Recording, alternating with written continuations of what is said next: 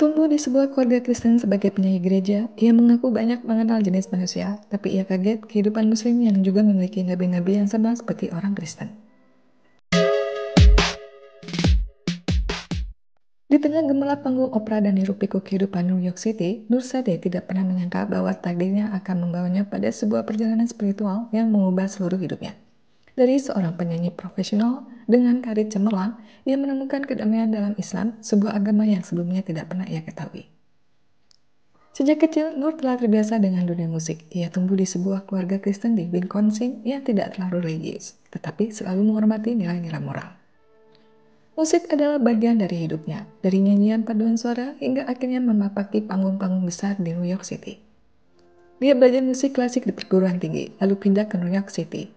Nur bernyanyi dengan New York City Opera, tampil di Carnegie Hall, dan bekerja dengan New York Philharmonic. Namun, di tengah kesuksesan itu, ada sesuatu yang terasa kosong, seakan ada bagian dari dirinya yang belum terpenuhi. Hingga suatu hari, dalam perbincangan santai di sebuah kedai kopi yang dikelola oleh seorang pria Mesir, ia untuk pertama kalinya mendengar tentang Islam. Nur tidak pernah tahu bahwa ada agama monoteistik lain selain Yahudi dan Kristen. Bagaimana mungkin dia tidak mengetahuinya?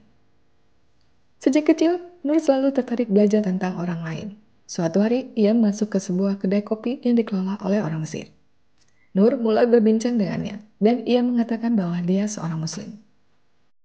Saat itu dia mengaku malu karena menyukai dan tertarik dengan banyak orang tetapi tidak tahu banyak tentang apa itu Islam. Padahal dia sudah sering bernyanyi di gereja dan telah mengenal berbagai kepercayaan lain. Tapi ternyata Islam sangat berbeda dari apa yang Nur bayangkan. Nur berpikir bahwa itu adalah agama timur dengan banyak dewa. Tetapi justru Islam adalah agama yang paling monoteistik.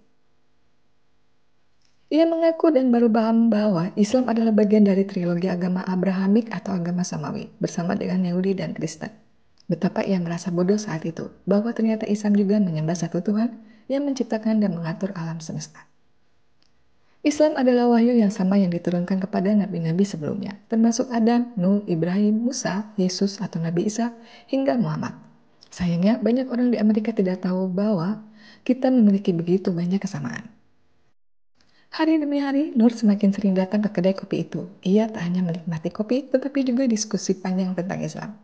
Ia mulai membaca Al-Quran dalam terjemahan bahasa Inggris dan menemukan jawaban atas banyak pertanyaan yang selama ini mengusik pikirannya. Saat membaca Al-Quran, ia merasa seolah-olah kepingan puzzle dalam hidupnya mulai tersusun. Ia menemukan bahwa Islam bukan sekedar agama, tetapi sebuah jalan hidup yang menuntun manusia untuk selalu dekat dengan Sang Cipta. Semakin dia membaca, semakin dia merasa bahwa inilah kebenaran yang selama ini dia cari. Akhirnya, Nur merasa siap untuk mengambil langkah besar. Tanpa ragu, ia mengucapkan syahadat dan resmi menjadi seorang Muslim. Salah satu hal yang membuatnya semakin memahami Islam adalah banyaknya kesalahpahaman terbesar soal Islam sama dengan kekerasan atau ekstremisme, sebagaimana telah dibangun media barat selama ini. Setelah belajar secara perlahan tentang Islam, ia mulai paham arti Islam adalah damai dan berserah diri kepada Tuhan, sesuatu yang jauh dari aksi kekerasan apalagi terorisme. Apa yang dilakukan oleh kelompok ekstremis seperti ISIS sebenarnya tidak mencerminkan ajaran Islam. Mereka seringkali tidak memahami agama mereka dengan baik dan lebih terdorong oleh kepentingan politik atau kekuasaan. Sejujurnya, ia mengaku beruntung karena tidak pernah mengalami perlakuan buruk dari keluarga atau orang sekelilingnya setelah memilih jalan Islam. Hanya saja, perjalanan setelahnya seolah tidak menjadi mudah, terutama setelah ia memutuskan mengenakan hijab. Banyak teman dan keluarganya yang terkejut. Ada yang mendukung, tetapi tidak sedikit yang mempertanyakan keputusannya. Sepupunya melihatnya turun dari pesawat dengan hijab dan berkata kepada ibunya, "Lihatlah, pertama dia menyadari penyanyi opera, dan sekarang ini sudah tentu dia akan melakukan sesuatu yang aneh lagi." Namun ia tetap teguh pada keyakinannya. Baginya, Islam memberikan kebebasan yang sejati. Dengan hijab, ia merasa lebih dihormati dan lebih fokus pada esensi dirinya daripada sekedar penampilan luar. Hijab memungkinkan Nur untuk mengontrol dirinya sebagai seorang wanita. Orang-orang kini berbicara dengannya, bukan hanya melihatnya. Hari-hari Nur kini diisi dengan pembelajaran Islam yang lebih mendalam. Ia menemukan bahwa semakin ia mendekat kepada Allah, semakin ia merasa tenang dan bahagia. Islam telah memberinya arah yang jelas dan pemahaman bahwa hidup ini adalah ujian.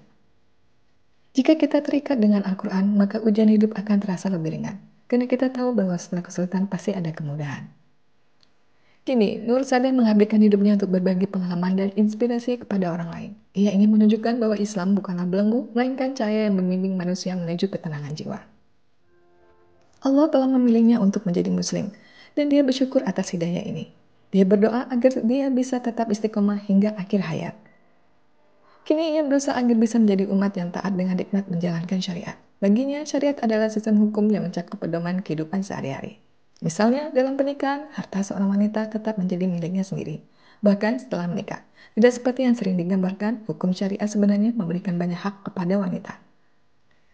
Perjalanan Nur Sadia adalah bukti bahwa hidayah bisa datang dari arah yang tidak terduga. Dari panggung opera hingga menemukan Islam, Nur kini hidup dalam kedamaian yang selama ini ia cari. Sebuah perjalanan yang penuh tantangan, tetapi juga penuh keindahan dan berkah.